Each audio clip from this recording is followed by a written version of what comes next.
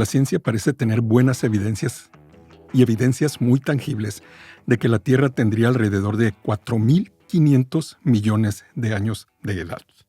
Y en contraste, la Biblia cuenta que la creación duró 6 días y también nos cuenta que el primer hombre creado en el sexto día de la creación vivió 930 años. Así que si hacemos la cuenta desde el nacimiento de Adán a la fecha actual, podemos tener un estimado de alrededor de 6.000 años, más o menos. 5.781 años, según los judíos. Es una diferencia de una dimensión abismal. Hay una brecha tremenda entre la cifra de la ciencia y la cifra que podemos calcular con la Biblia. Entonces nos podemos dar cuenta fácilmente que el conocimiento a través de la ciencia y el conocimiento a través de la Biblia aparentemente son incompatibles, cuando menos en ese punto. Ahora bien, muchos cristianos han desarrollado teorías en base a versos bíblicos, versículos bíblicos, que parecen armonizar el relato bíblico con el relato científico. Con esas teorías pueden explicar cómo Dios pudo haber creado la Tierra a través de miles de millones de años. Y una de esas teorías es francamente fascinante.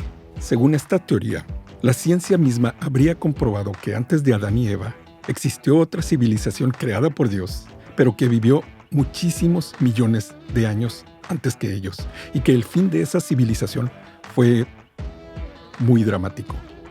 Yo soy Daniel Torres, y esto es Cristianos contra el Mundo.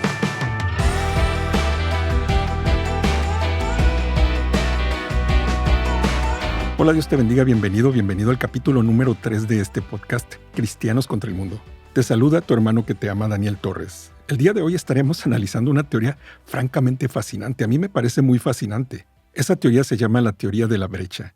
Luego, en Pregúntale al Hermano, vamos a estar contestando algunas interesantísimas preguntas. Por ejemplo, ¿puedo casarme si me desagrada la idea de tener hijos? En el capítulo anterior presenté una pregunta muy similar, pero esta pregunta tiene un giro en la trama muy interesante. Otra pregunta es, ¿por qué Dios no me sana si se lo he pedido tanto? Es una pregunta que yo sé que muchos cristianos tienen. Otra pregunta es, a veces personas, que en realidad no es una pregunta, es un comentario que me dejaron en Instagram, pero me pareció muy interesante. El comentario dice así: a veces personas no casadas que viven juntas tienen una relación más fuerte que muchos cristianos casados. ¿Tú lo has visto? Yo también lo he visto, aparentemente. ¿Cómo podemos responder los cristianos a esa afirmación? Pues bueno, eso es algo que estaremos respondiendo en Pregúntale al Hermano. También, ya sabes, vamos a tener los anuncios del podcast, del canal o de los canales y de la convocatoria que estoy haciendo a todos los creativos en el Señor. Así que espero que este episodio te resulte interesante. A mí me resulta muy interesante. Pues bien, dicho lo dicho, vamos al asunto.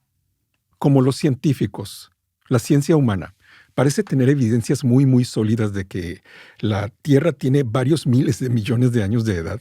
Muchos cristianos han desarrollado teorías que desarrollan, supongo yo, que de buena fe, de buena voluntad, para tratar de armonizar el relato bíblico con esas supuestas evidencias científicas. Una de esas teorías se llama la teoría de la brecha. En esto hay que poner mucha atención para saber de qué se trata esta teoría. La teoría de la brecha se llama así porque se supone que en el relato bíblico de la creación, entre el versículo 1 del primer capítulo y el versículo 2 del primer capítulo, hay una brecha de varios millones de años. Mira, la Biblia dice en el capítulo 1 del Génesis, versículos 1 y 2, pon atención para que veas qué interesante es esta teoría. Dice la palabra de Dios, Génesis 1:1, en el principio creó Dios los cielos y la tierra. Y luego en el versículo 2, la teoría de la brecha supone que entre el versículo 1 y esto que vamos a leer, pasaron varios millones de años que no están escritos. Y dice el versículo número 2, y la tierra estaba desordenada y vacía, y las tinieblas estaban sobre la faz del abismo, y el Espíritu de Dios se movía sobre la faz de las aguas. Probablemente ya te has hecho esta pregunta, y si no te la has hecho, te la voy a hacer, porque es una pregunta realmente intrigante y es lo que llevó al desarrollo de esta teoría. Dice la palabra de Dios que en el principio creó Dios los cielos y la tierra. Y en el versículo 2 dice que la tierra estaba desordenada y vacía. La pregunta es, si en el principio Dios creó los cielos y la tierra, ¿por qué la creó desordenada y vacía? ¿Dios creó una tierra desordenada? Sabemos que tenemos un Dios de orden. Entonces, nuestro Dios, que es perfecto en todo aspecto, habría creado una tierra desordenada. Según los teóricos de la brecha, el versículo 1, el que dice, en el principio creó Dios los cielos y la tierra, está hablando de una creación en esta tierra, en este planeta, pero que fue una creación previa a Adán y Eva, muchos millones de años antes que Adán y Eva. Y dicen que el versículo 2, que dice, y la tierra estaba desordenada y vacía, y las tinieblas estaban sobre la faz del abismo, y el Espíritu de Dios se movía sobre la faz de las aguas. Ellos señalan, los teóricos de la brecha señalan que ese versículo narra cómo quedó la creación previa. Señalan que ahí dice la Biblia en qué estado quedó la tierra después de que el Señor trajo juicio sobre esa creación y la destruyó con un diluvio, el diluvio de Lucifer. Y que esas aguas de las que habla ese versículo, cuando dice, y el Espíritu de Dios se movía sobre la faz de las aguas, ellos dicen que esas aguas son las aguas del diluvio, de ese diluvio previo a Adán y Eva, y obviamente previo a Noé. ¿Cuál es la explicación de los teóricos de la brecha con respecto a ese diluvio? Resulta que en ese momento, en esa creación, Satanás era el gobernante de esa tierra. Y en esa tierra vivían unos seres, una civilización de seres muy parecidos a los seres humanos actuales, pero que no tenían alma. Y entonces en algún punto de la historia de esa civilización, Satanás se rebeló contra Dios. Con esa rebelión el pecado entró en el universo, y esa rebelión fue la que trajo el juicio de Dios sobre esa civilización en forma de un diluvio, y los destruyó.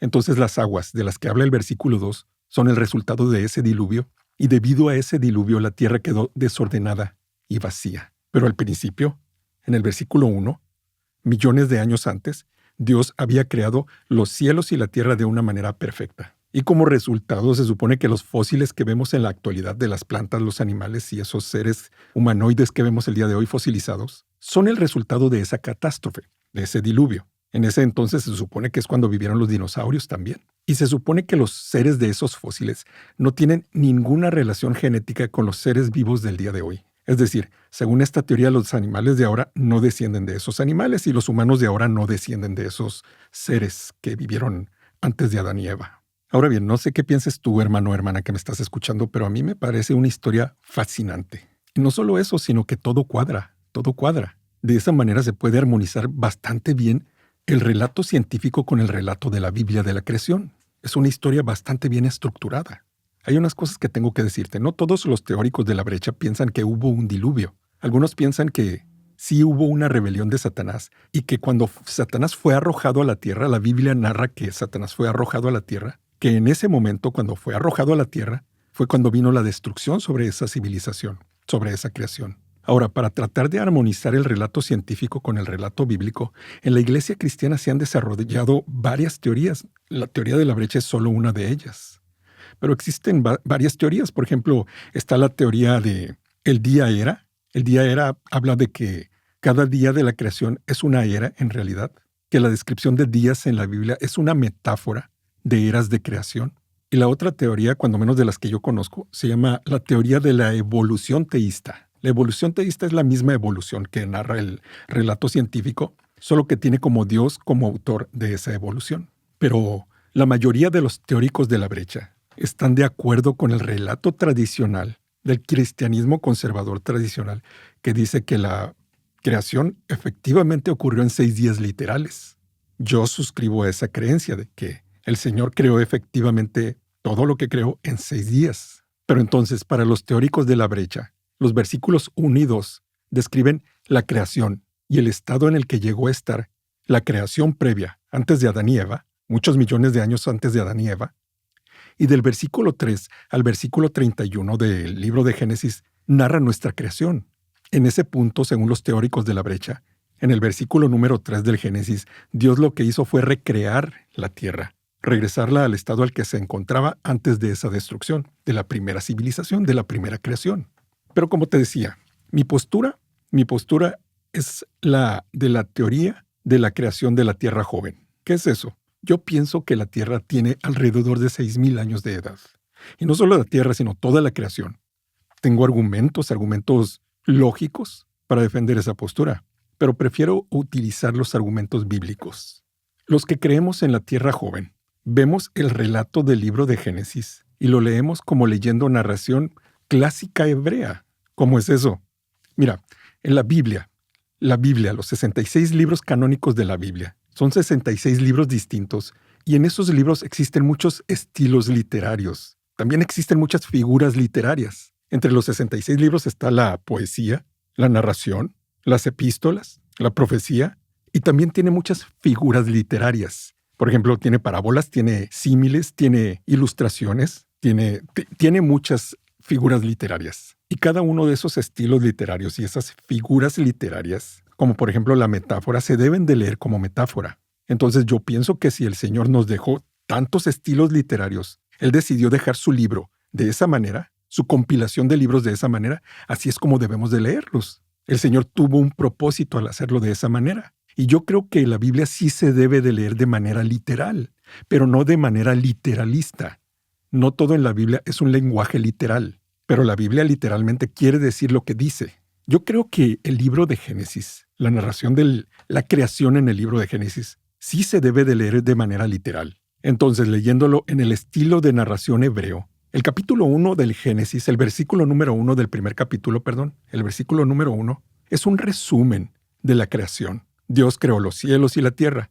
Y entonces del capítulo 12 en adelante, la narración empieza a hacer un desglose paso a paso y cronológicamente de cómo ocurrió ese proceso de creación. Ese es un estilo de narrativa clásico. Mira, hice una lista de 4 argumentos bíblicos a favor de la teoría de la brecha.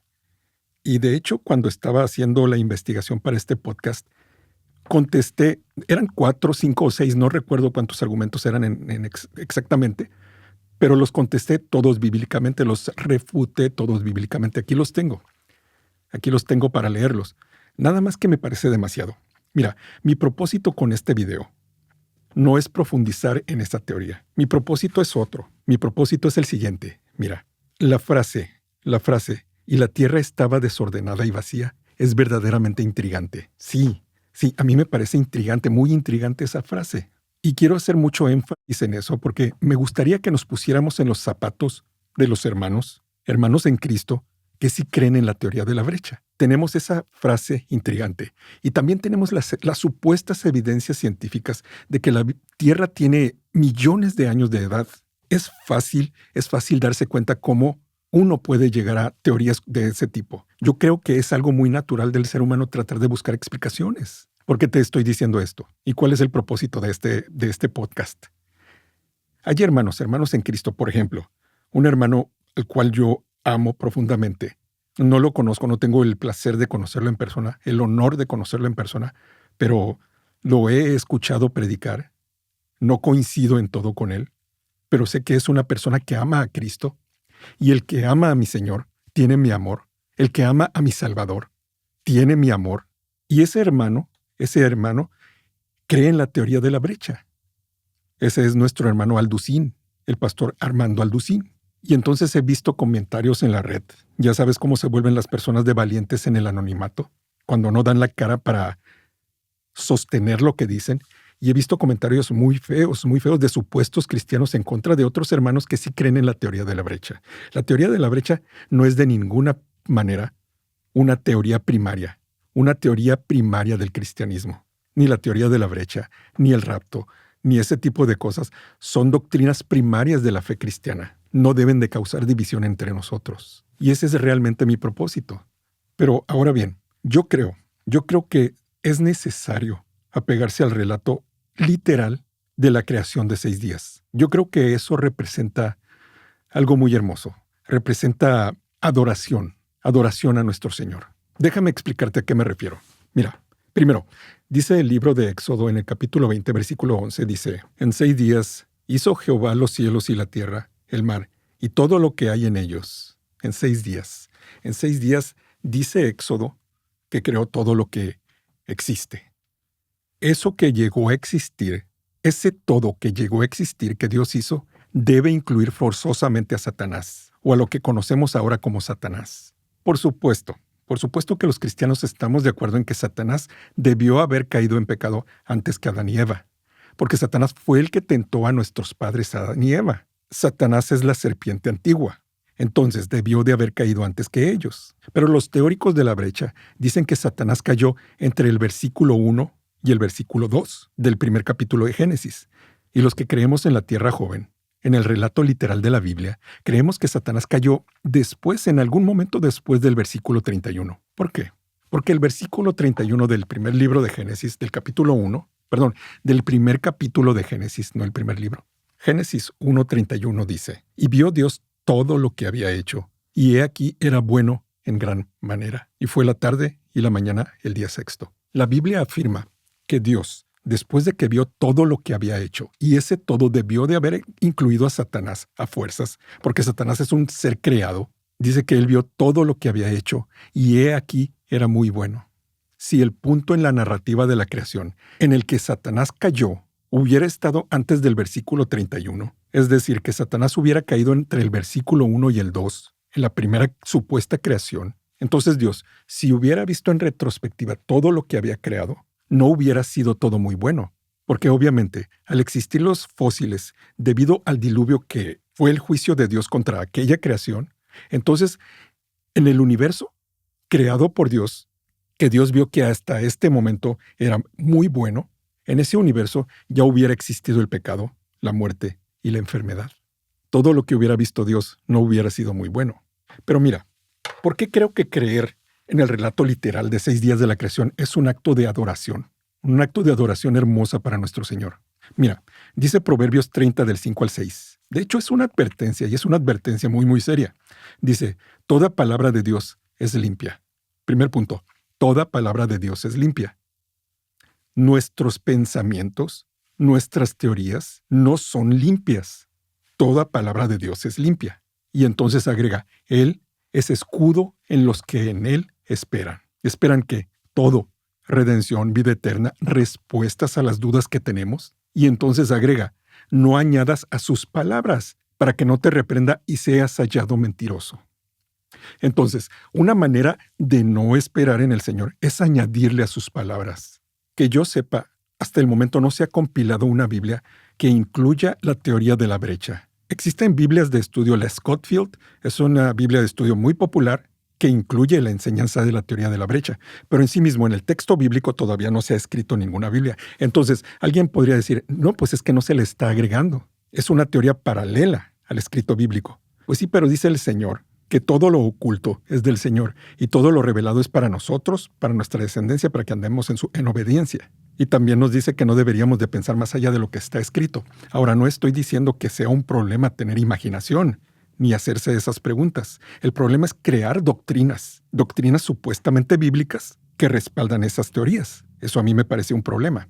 Pero fíjate lo que dice la palabra de Dios. Toda palabra de Dios es limpia.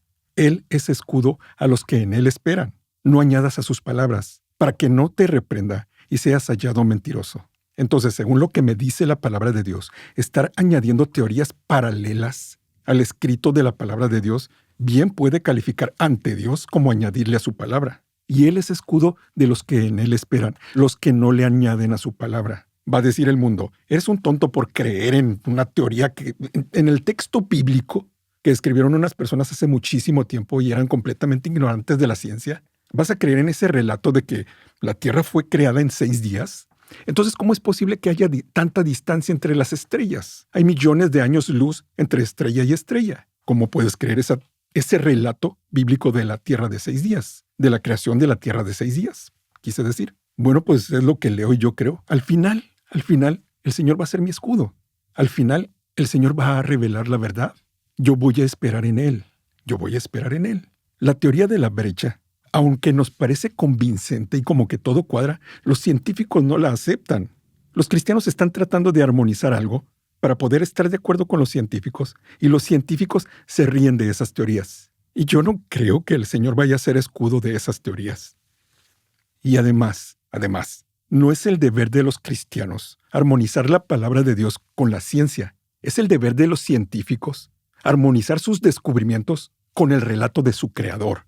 Si quieren encontrar respuestas, pues que ellos estudien y traten de armonizar sus teorías, sus descubrimientos, con la palabra de su creador. El que merece el temor es el Señor Dios Todopoderoso. El que merece la honra y la gloria es nuestro Dios Todopoderoso. Y todos los seres humanos lo traicionamos. Lo traicionamos porque pecamos. Y Él, de su pura buena voluntad, permitió que su Hijo viniera y muriera en una cruz para reconciliarnos con Él mismo. Si los científicos entendieran eso, creo que obtendrían una buena dosis de humildad. Pero hermano, hermana, el hecho de que no concordemos en eso no debe de causar división entre nosotros. Si tú amas a Cristo, yo te amo de manera particular. Y bueno, esa es la teoría de la brecha. ¿Tú qué opinas? Francamente es una teoría fascinante en mi opinión. Realmente fascinante. Y con esto vamos a pasar al segmento de los anuncios. Primero que nada, quiero avisarte, hermano y hermana, que he leído o estoy leyendo los correos electrónicos que me están llegando sobre la convocatoria que hice a todos los creativos en el Señor. Los voy a estar respondiendo todos ellos. Primero Dios. Solo te ruego que me tengas un poco de paciencia. Pero sí los estoy leyendo todos. Y hermanos, realmente he podido ver algunos de esos proyectos. Y son proyectos increíbles, hermanos, que no sé por qué no son más conocidos. No quiero parecer hiperbólico, pero muchos de esos proyectos realmente y literalmente me sacaron lágrimas. Son expresiones hermosas del talento de unas personas que aman profundamente a mi Señor. Voy a ser muy honrado y muy bendecido de poder colaborar porque tu proyecto sea más conocido. Y si tú eres un creativo en el Señor, que quieres crear contenidos para el Señor, podcast, videos para YouTube o para cualquier plataforma, blogs, eres cantante, eres actriz, eres actor, eres escritor, cineasta, músico. Si el Señor te ha dado un talento, el Señor obviamente espera que lo uses para su servicio, para bendición y edificación de su pueblo. Así que te hago un llamado, una convocatoria a ti que eres creativo en el Señor, para que me escribas a mi correo electrónico creativos@danieltorres.blog. Y también te quiero rogar que te suscribas al canal Criaturas Creativas. Abajo en la descripción de este video te voy a dejar un enlace a ese canal. Al momento de publicado este video ya debe de tener su primer video ese canal. Criaturas Creativas. Ahí vamos a estar desarrollando todos esos temas con respecto a la creación de contenidos para el Señor. Los aspectos técnicos, éticos, doctrinales y espirituales de la creación de contenidos para el Señor. Otro anuncio es que quizás ya lo sepas, pero me cerraron mi página de Facebook. Me la cerraron por revoltoso según Facebook. No lo dijeron así, pero fue lo que dieron a entender. Y es probable que sí abra otra página. De hecho, ya tengo otra página montada, pero no sé si la voy a hacer pública. Realmente no se me antoja mucho trabajar con Facebook. Pero debido a eso, debido a la censura que está ocurriendo contra los medios conservadores, todos esos medios que opinan distinto a los medios liberales y todo ese tipo de cosas, toda esa agenda liberal, que en realidad cada ser humano tiene derecho a pensar lo que quiera. Así nos diseñó Dios. Él quiere que sujetemos nuestros pensamientos a Él, pero eso es algo que hacemos voluntariamente cuando Él nos concede de su buena voluntad el hacerlo. Y entonces te decía, con respecto a esa censura, pues te quiero invitar a que te suscribas a mi canal de Telegram. Abajo en la descripción de este video y aquí en la pantalla probablemente también salga, te voy a dejar un enlace para que te suscribas a mi canal de Telegram para poder estar en contacto. Y creo que son todos los anuncios por el día de hoy. Así que bien, dicho lo dicho, pregúntale al hermano.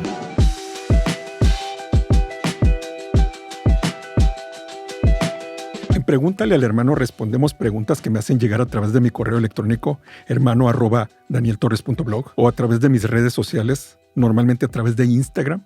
De hecho, ahorita ya no tengo Facebook. Twitter casi no lo utilizo y entonces puedo organizar mejor los mensajes a través de Instagram.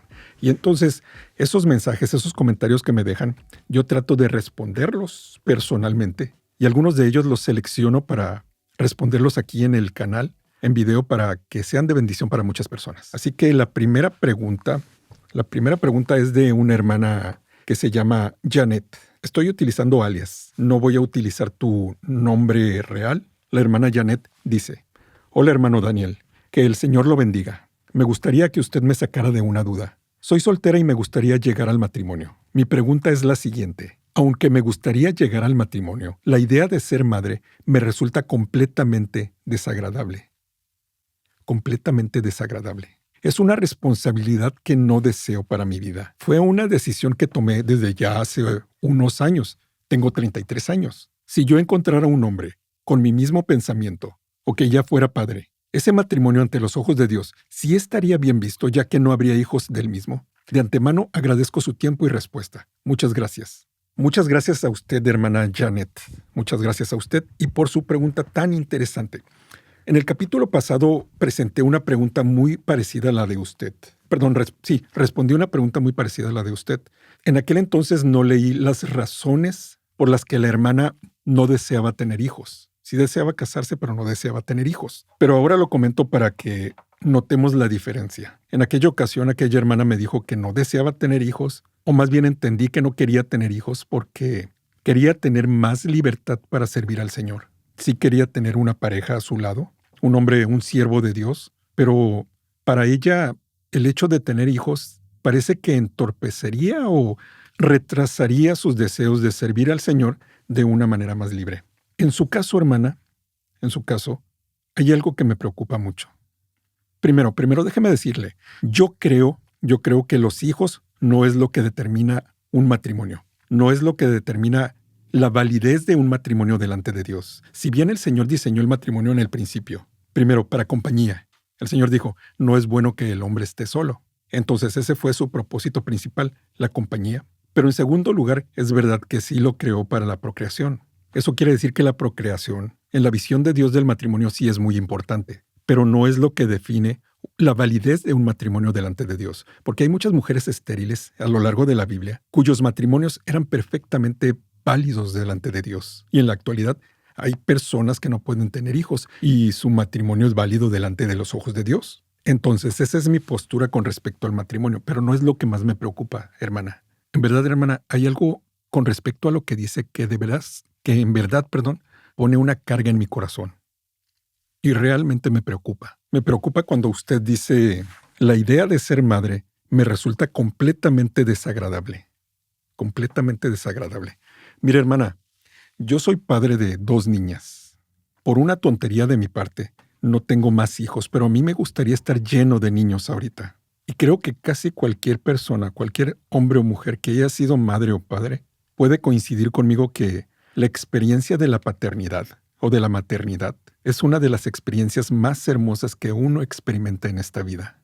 Y muchas personas que lamentablemente no pueden ser padres o madres, creo que pueden coincidir con que el no poder ser padre o madre es una de las experiencias más tristes de su vida. El asunto de la paternidad es tan importante para el Señor, o es tan hermoso a los ojos del Señor, que Él decidió relacionarse con nosotros en una relación filial de ese tipo. Él nos adoptó como sus hijos. Él, a los que creemos en Jesucristo, nos adoptó como sus hijos.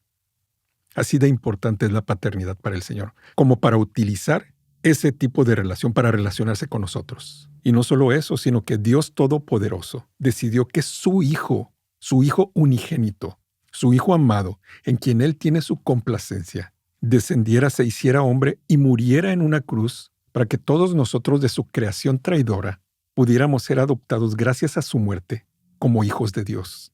Hermana, lo que estoy tratando de decirle es que la experiencia de la maternidad o la paternidad es algo tan sublime, trascendental para los seres humanos, que me preocupa mucho la razón por la que a usted le resulte completamente desagradable la idea de ser madre. Ese desagrado, hermana, ese desagrado puede ser solo el síntoma de otro problema más grave. Eso es lo que me preocupa. ¿Qué es lo que provoca en usted ese desagrado, hermana? Si bien probablemente no estoy respondiendo a su pregunta como a usted le gustaría que la respondiera, el Señor ha puesto esta carga en mi corazón y le quiero rogar, hermana, que medite, ore mucho, ayune y pida respuestas al Señor y acérquese en persona a un pastor para que pueda platicar, a un pastor de una iglesia de sana doctrina, un pastor conforme a la palabra de Dios, para que la pueda orientar, hermana, y trate de descubrir por qué le desagrada. Ruego en el nombre de mi Señor Jesucristo que Dios Todopoderoso le dé una respuesta y pueda usted conocer el origen de ese desagrado.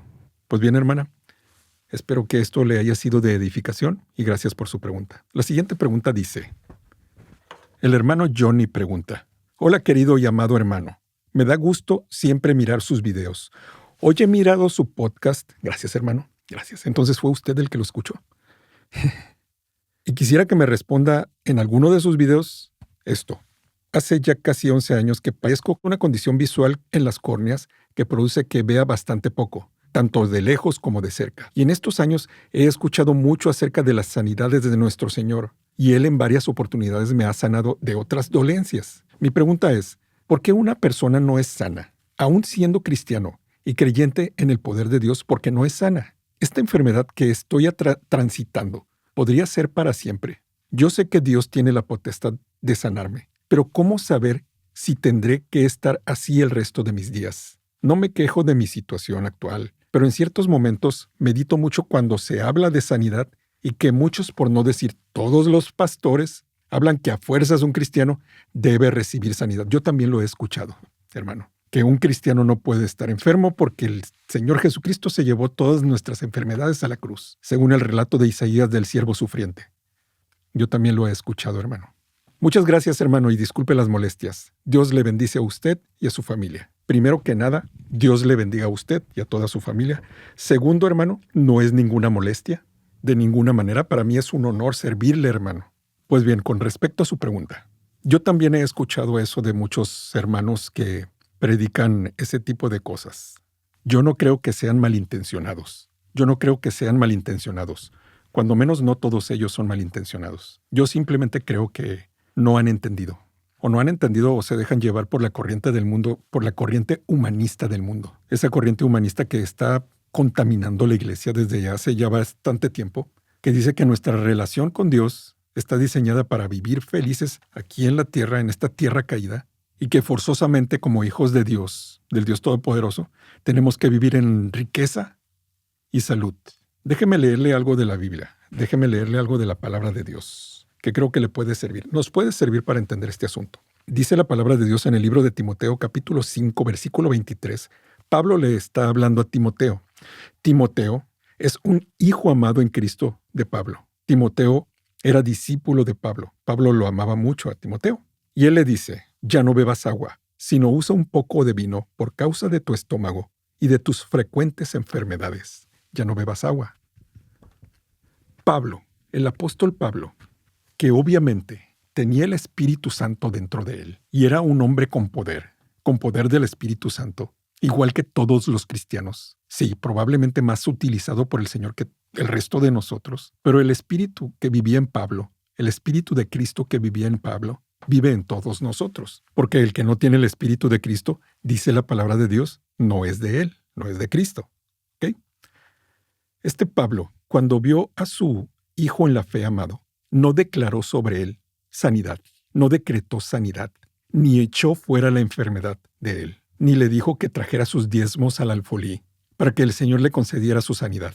Todo ese tipo de palabras odiosas, aborrecibles, que lamentablemente se utilizan en muchas iglesias, son un invento satánico. Pablo no declaró ni decretó sanidad sobre Timoteo. ¿Qué le dijo?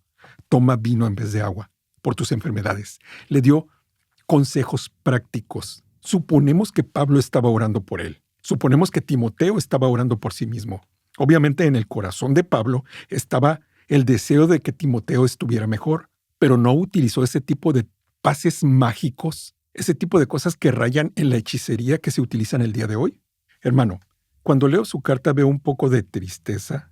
No sé si tristeza, pero veo algo en su carta, hermano, que me despierta el deseo, hermano, de ir a donde usted y abrazarlo fuertemente y decirle, hermano, quiero que Dios te sane. En verdad quiero que Dios te sane, mi hermano. Pero me parte el corazón que muchas personas tengan esa duda y ese tipo de conflictos en su corazón debido a lo que escuchan decir de personas que no se interesan en la palabra de Dios, que repiten como pericos lo que escuchan en otra parte, que no se acercan a la palabra de Dios con humildad, no abren sus Biblias y le dicen, Señor, muéstrame las maravillas de tu ley para no pecar contra ti. Señor, si me quieres utilizar para este pueblo, muéstrame las maravillas de tu ley. Abre mi corazón como el de Lidia a tu palabra para que entienda tu santa y soberana voluntad y así yo compartirla con mis hermanos. No, dicen lo primero que se les ocurre. Y eso ocasiona tristemente unos conflictos en el corazón de muchas personas, mi hermano. Primero que nada, Dios Todopoderoso puede sanarlo en este momento, si Él así lo decide, hermano, en su santa y soberana voluntad.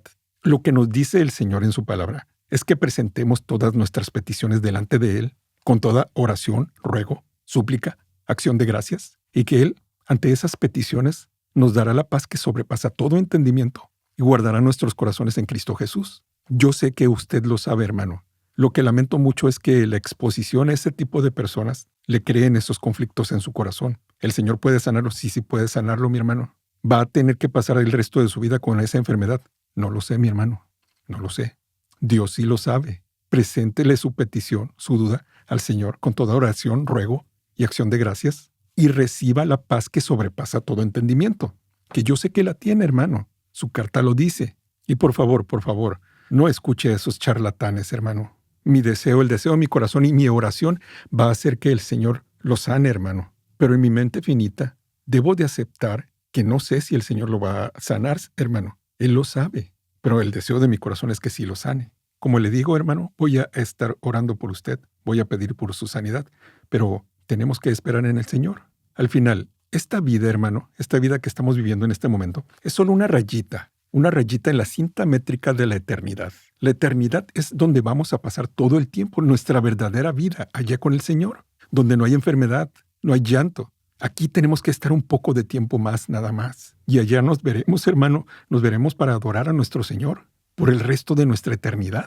Hermano Johnny, le mando un fuerte abrazo a la distancia. Que el Señor le bendiga. Siguiente pregunta, que no es una pregunta, es un comentario de una persona en Instagram. Dani dice en Instagram: hola, creo plenamente en el matrimonio delante de Dios, solo que a veces veo personas no casadas que viven juntos más comprometidos y fuertes que matrimonios cristianos cercanos, los cuales hablan casi siempre sobre divorcio. Esto último me entristece porque pienso que los matrimonios cristianos deberían de ser mayor ejemplo. Amén, hermano. Amén, amén, amén. Los matrimonios cristianos deberían ser mayor ejemplo. Lamentablemente no es así. Y es precisamente el propósito de todos mis videos, o cuando menos de todos los videos donde hablo acerca del matrimonio. Precisamente ese es el propósito. Debemos ser la luz de este mundo, la sal de este mundo, ejemplo para los mundanos, para los inconversos. Al respecto, quiero decirle algunas cosas, mi hermano. Primero que nada, gracias por su pregunta, por su comentario, es muy, muy interesante. Yo también lo he visto. Primero quiero comentarle algo. No todos los que parecen estar fuertes o felices o contentos lo están. Usted no conoce lo que ocurre tras las puertas de ese matrimonio. Créame cuando le digo que las personas pueden fingir estar bien. Lo digo por aquellos matrimonios que usted ve y que yo veo que aparentemente están fuertes. Entonces, podría ser simplemente que los matrimonios cristianos son más sinceros, son más abiertos, son más honestos, son más transparentes. Al final, hermano, el matrimonio no se trata de parecer firme. El matrimonio se trata de permanecer unidos en contra de todas las circunstancias.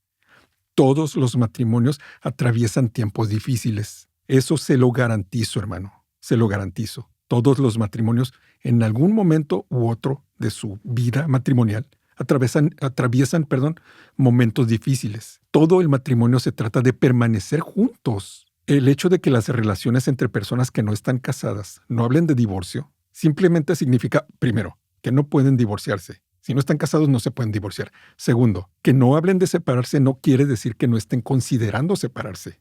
Y por otro lado, los matrimonios cristianos que hablan de divorcio puede ser simplemente que son más transparentes. Los cristianos debemos ser más transparentes. Pero es precisamente ahí, cuando llegan esos pensamientos, cuando más unidos deben de estar el hombre y la mujer.